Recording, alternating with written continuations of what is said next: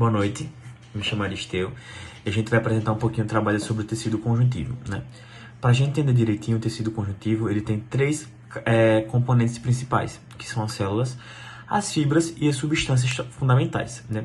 E a variação na quantidade e na qualidade dessas componentes é que vai determinar quais são os tipos de tecido, né? O que é que a gente pode falar? O tecido conjuntivo, ele se difere dos demais tecidos, pois ele possui uma matriz extracelular, né? Mas a gente vai entender durante o decorrer desse trabalho. Substância fundamental. A substância fundamental é um complexo viscoso altamente hidrofílico, ou seja, que possui grande afinidade pela água. Hidro, que é igual a água, e filia, que é igual a afinidade, portanto solúvel. É composto principalmente de macromoléculas aniônicas, como glicosaminoglicanos, proteoglicanos e glicoproteínas de adesão, como a laminina, a fibronectina, entre outras. A imagem da A é o eixo proteico de proteoglicanos associados a várias moléculas de glicosaminoglicanos. A imagem da letra B é glicoproteína e adesão associada a glicosaminoglicanos. No tecido conjuntivo estão presentes três tipos de fibra. A primeira que eu falo é a fibra colágena. Essa fibra ela é composta pela proteína colágeno 1. Ela é uma fibra forte, grossa e resistente, e ela está presente na derme e faz com que ela evite que a nossa pele se rasgue. A outra fibra é a fibra reticular. Ela é formada pela proteína da reticulina, também chamada de colágeno 3. Ela é fina e pouco resistente e forma um trançado que liga o tecido conjuntivo aos tecidos vizinhos. A última fibra é a fibra elástica. Ela é formada pela proteína elastina. Ela é flexível e tem uma resistência moderada, ou seja, ela é flexível até certo ponto. Ela é responsável por dar flexibilidade ao tecido. Ela é comparada àquelas liguinhas de amarrar dinheiro, que se você esticar elas, ela estica muito, mas tem um certo ponto que elas acabam rompendo. Assim são as fibras elásticas. E dando início à explicação das células, começarei com os fibroblastos e fibrócitos, que, como vocês estão vendo aí, é uma das células mais funcionais do tecido conjuntivo e tem capacidade de produção de fibras, colágeno, elastina e proteína. Elas também têm a capacidade de produzir a matriz extracelular, que é o que une o espacinho que fica entre as células. E essas células elas atuam bastante no processo de cicatrização. Os fibroblastos, quando eles estão em intensa atividade, são chamados assim, de fibroblastos. Quando eles perdem essa atuação, eles são chamados de fibrócitos, ou seja, os dois são os mesmos e os que diferencia um do outro é a sua atividade. Quando a célula está jovem e está produzindo bastante, ela é chamada de fibroblasto. Quando ela já está velha, quando é uma célula adulta, ela é chamada de fibrócito. Em relação à sua estrutura, os fibroblastos eles apresentam prolongamentos citoplasmáticos que eles se misturam com as fibras que são recém-sintetizadas da matriz extracelular. E conforme vão diminuindo a sua atividade, como eu já falei, estas células elas passam a ter um formato fusiforme e os seus nucleolos eles apresentam-se de maneira mais condensada. O citoplasma dele fica acidófilo e aí é quando eles começam a ser chamados de fibrócitos, quando eles mudam a sua estrutura, ficam mais velhos, mais condensados e perdem a sua atividade.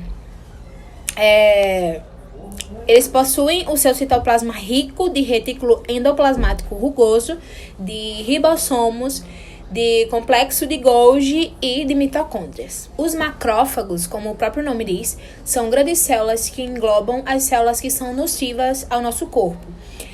Eles possuem um grande potencial de fagocitose que auxilia na defesa do organismo. O próprio nome já diz, né? Macro é uma célula grande e fago é porque ela produz fagocitose. Então, elas englobam todos aqueles micro-organismos que são nocivos ao nosso corpo, auxiliando na defesa. São tipo lixeirinhos do nosso organismo. A principal função dos macrófagos dessa célula é realizar a fagocitose, como eu já falei. O macrófago, ele fagocita as células que são danificadas, que estão envelhecidas, os restos celulares, os agentes estranhos e as partículas inertes que estão presentes no nosso organismo. As demais funções do macrófago variam de acordo com o local em que ele está, em que ele é encontrado, e também da denominação que ele recebe. Mas todos eles, independente do local e da denominação, todos eles realizam a fagocitose. E em relação à sua denominação e locais que elas estão, a gente tem bastante variação. Por exemplo, os macrófagos alveolares, que tem nos pulmões, as células de Kupferer, que é no fígado, tem macrófagos também em rins, em sistema nervoso, em tecido conjuntivo, no sangue, no tecido ósseo, e eles se diferenciam na quantidade também. Existem locais que tem mais, existem locais que tem menos. E outra curiosidade sobre os macrófagos é que quando eles não conseguem, uma célula só, ela não consegue fagocitar o corpo estranho, quando o corpo é maior do que a célula, elas se unem, formando uma célula gigante, para poder aí conseguir fagocitar. Os mastócitos são células com grande presença de grânulos, como vocês estão vendo aí, e de substâncias anticoagulantes, e elas são bastante presentes em reações alérgicas. Eles têm grande importância na defesa do nosso corpo contra eumitos que são os parasitas, e as bactérias também. E a sua quantidade em cada local, ela está diretamente relacionada com as funções biológicas que essas células vão exercer. E aí, depende também dos variados locais que elas estão. São encontradas em bastante abundância nos pulmões, na pele e no trato gastrointestinal. E elas são encontradas em abundância, mas em um número reduzido, elas são encontradas no fígado, nos rins e nas glândulas adrenais. Assim como a forma, os mastócitos eles apresentam também tamanhos variados, isso de acordo com cada localização que ele vai estar. Como eu já falei de início, eles apresentam uma grande quantidade de grânulos citoplasmáticos e eles contêm poucas mitocôndrias, retículo endoplasmático e o complexo de Golgi. Eles são poucos desenvolvidos e possuem o núcleo central, e essas células elas trabalham bastante na liberação de histamina, que é um vasodilatador, e a heparina, um anticoagulante. Ou seja, ocorre um corte, uma ferida, aí vem a histamina para dilatar e a heparina para não ficar coagulado. Isso evita a coagulação e também a formação de trombos. Os plasmócitos são células esféricas e o seu citoplasma habitualmente é basófilo. Eles estão presentes em regiões que são sujeitas a infecções e inflamações, como a pele e o intestino. A ação dele é produzir anticorpos, como por exemplo a imunoglobina. É uma célula de defesa que tem a sua finalidade de produzir anticorpos que agem contra os micro-organismos que são estranhos. Os plasmócitos, eles estão presentes sobretudo na medula óssea e nos linfonodos. Cada plasmócito ele se divide repetidamente para formar um clone de si mesmo. E as células de um clone produzem um único tipo específico de anticorpo, ou seja, elas vão se clonando, mas cada uma produz um anticorpo específico. Ou seja, essa célula ela atua no nosso organismo como uma função de defesa. Os adipócitos, eles atuam na estocagem de gordura neutra, na reserva de energia e na produção de calor, entre outras funções. Eles são um tipo de célula especializada no armazenamento dos lipídios, que fazem parte do tecido adiposo e que, de uma forma geral, eles podem ser divididos em adipócitos brancos e adipócitos marrons. Os adipócitos brancos, eles são mais abundantes no nosso organismo, no organismo humano, e eles armazenam energia de uma forma mais simples e em moléculas maiores. Já os adipócitos marrons, eles são exclusivos dos mamíferos e eles armazenam a energia de uma forma mais complexa, com as moléculas mais fracionadas. Eles também atuam como armazenamento de triglicerídeos, né, que é um tipo de energia que está contido nas nossas células e são, por natureza, essenciais para o funcionamento do nosso organismo. E podem causar danos na nossa saúde quando são presentes nas células em excesso. E a produção desses triglicerídeos, eles ocorrem no fígado e em seguida as moléculas são transportadas para os adipócitos.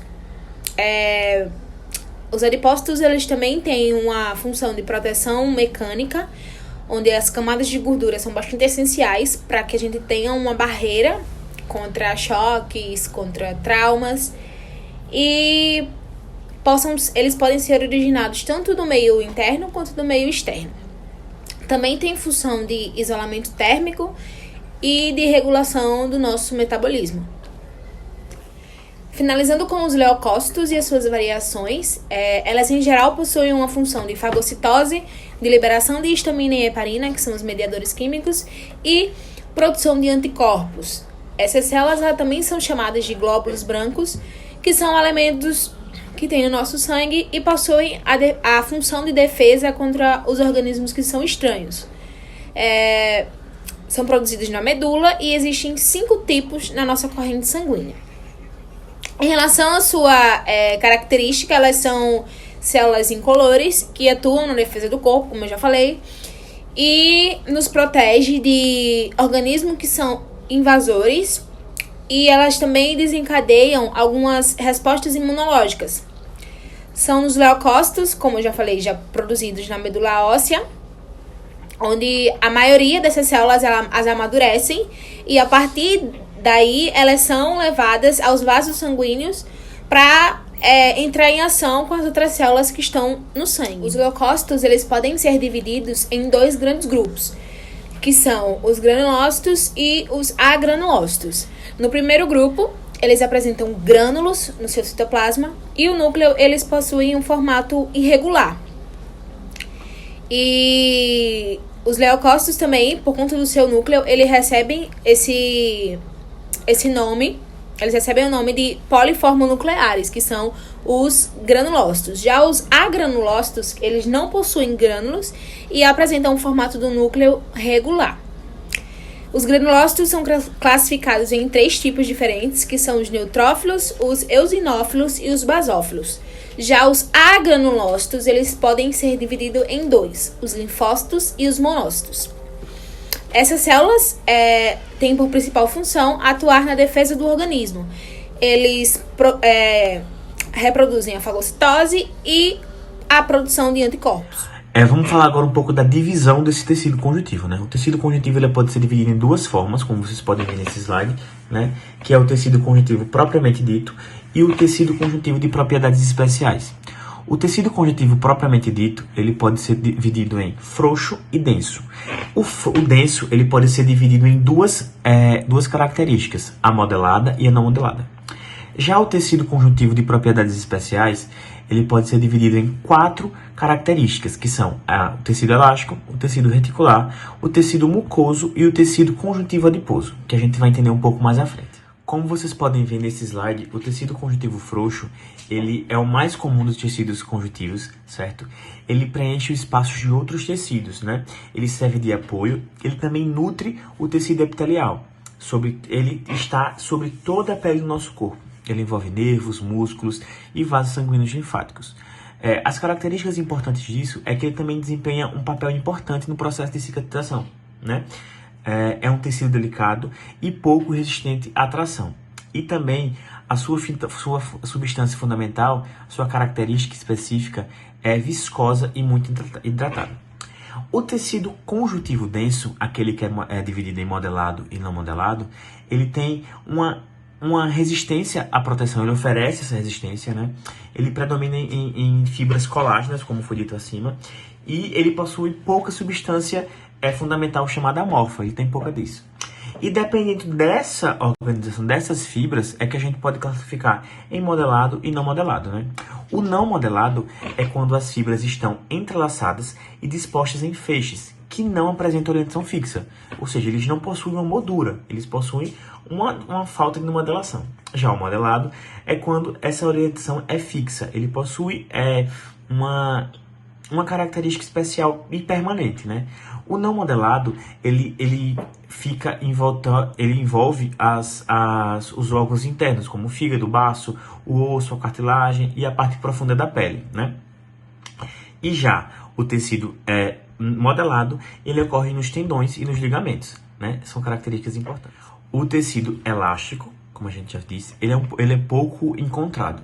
Ele só pode ser encontrado nos ligamentos da coluna vertebral e no ligamento suspensor do pênis. Ele também possui fibras elásticas grossas e fibras colágenas finas e é composto por fibroblastos. O tecido de característica reticular, ele é formado também por fibras reticulares e por células reticulares, né? Eles provém de uma arquitetura muito interessante, de uma estrutura arquitetônica de órgãos linfóides e hemopoéticos, que são a medula óssea, linfonodos, os nódulos linfáticos e o baço, né? Eles oferecem uma estrutura parecida como se fosse uma esponja na qual as células e fluidos eles se movem livremente. Ele proporciona esse transporte de células e de fluidos que são livres para fazer esse transporte. O tecido mucoso, né, a característica mucosa, ele possui uma predominância da substância fundamental amorfa e ele tem aspecto gelatinoso. Ele também possui poucas fibras. Ele é encontrado geralmente em cordão umbilical e também na polpa dental jovem. O tecido adiposo é um tecido que é rico em células lipídios, né? Essas células que é a famosa gordura, eles fornecem uma reserva de energia, proteção contra choques mecânicos e isolamento térmico. Ele pode ser encontrado em volta dos órgãos como rins e coração, e ele possui um vacúolo muito grande de gordura, né? Que pode aumentar ou diminuir de acordo com o metabolismo do ser humano, né? E esse tecido, como eu falei, ele fornece essa necessidade de energia, ele reserva essa energia para os momentos de necessidade. Então, é um tecido que também faz parte do nosso organismo, que é muito importante, mas que a gente deve também ter cuidado. Então, esse foi um apanhado geral das classificações de tecido. Espero que tenham tirado todas as dúvidas de vocês. Qualquer coisa, pode falar aqui. Muito obrigado pela atenção de todos.